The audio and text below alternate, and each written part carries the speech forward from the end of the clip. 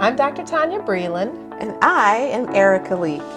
So what does then it look like for a leader, a teacher, a supervisor to just engender belonging? What does it look like? Like, what are some things that, like, where would you start in terms of engendering belonging? I would start with, just even giving examples of, how I am as a leader.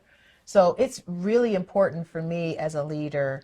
I believe in shared leadership. That has been my driving force of how I am as a leader. Mm-hmm. And what that means is that when I'm making decisions or when decisions need to be made, I believe that everybody who's impacted by this decision should ultimately have an opportunity to weigh in on it. Mm-hmm. So it's not just me, like I'm the only one that has, thoughts or ideas about how things should go. And so I literally would invite them to weigh in on the tough questions. Like, what do you think? Mm-hmm. How would you handle this? What are some ideas that we can generate here that we could potentially use? Now, I recognize that the responsibility was mine in the end to make those decisions, but I was not going to make those decisions uninformed of what others in the group had to contribute. And I greatly valued what they had to contribute. And I think they felt like they belonged on this team because it wasn't just me doing things to them. It was we were working together trying to create, whatever needed to be done. And so that's one way that I would do that as a leader. What about you?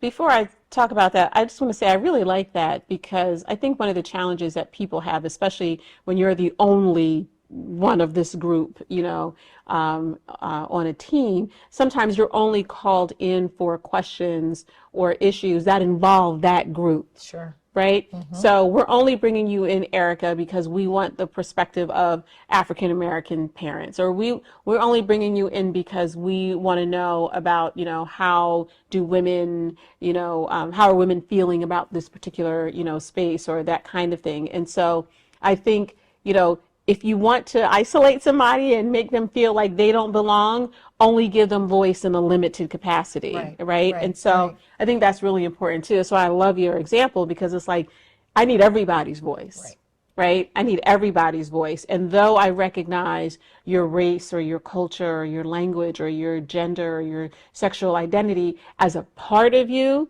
I know that that's not the sum of you. Mm-hmm. And I know that you bring expertise into this space. I love that. I think the other thing that I would do, the other step would be to really find out like who feels like they belong and who doesn't. Sure. Like, and are there patterns to that?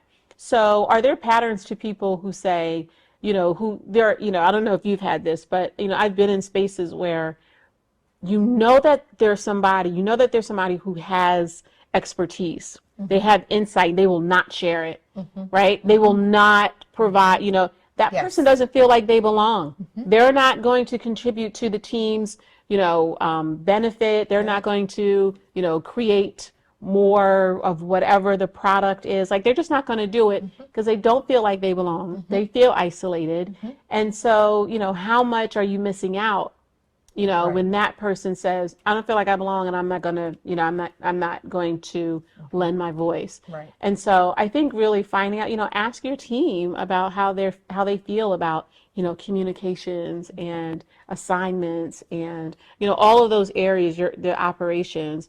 Ask them about those questions about, and it could be maybe an anonymous survey, but find out, are there patterns to the ones who feel like they don't belong?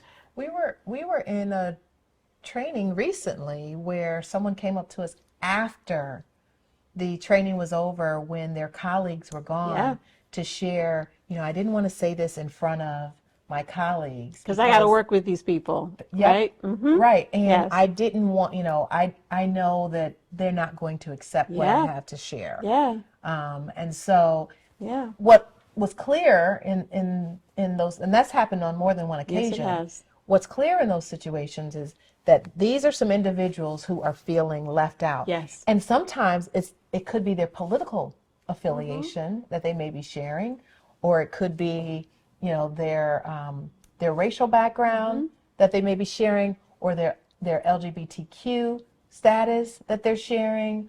And they basically feel like if I say something in this group, I'm not going to be able to, I'm not going to be valued anymore. Right. I'm going to be ostracized, perhaps bullied.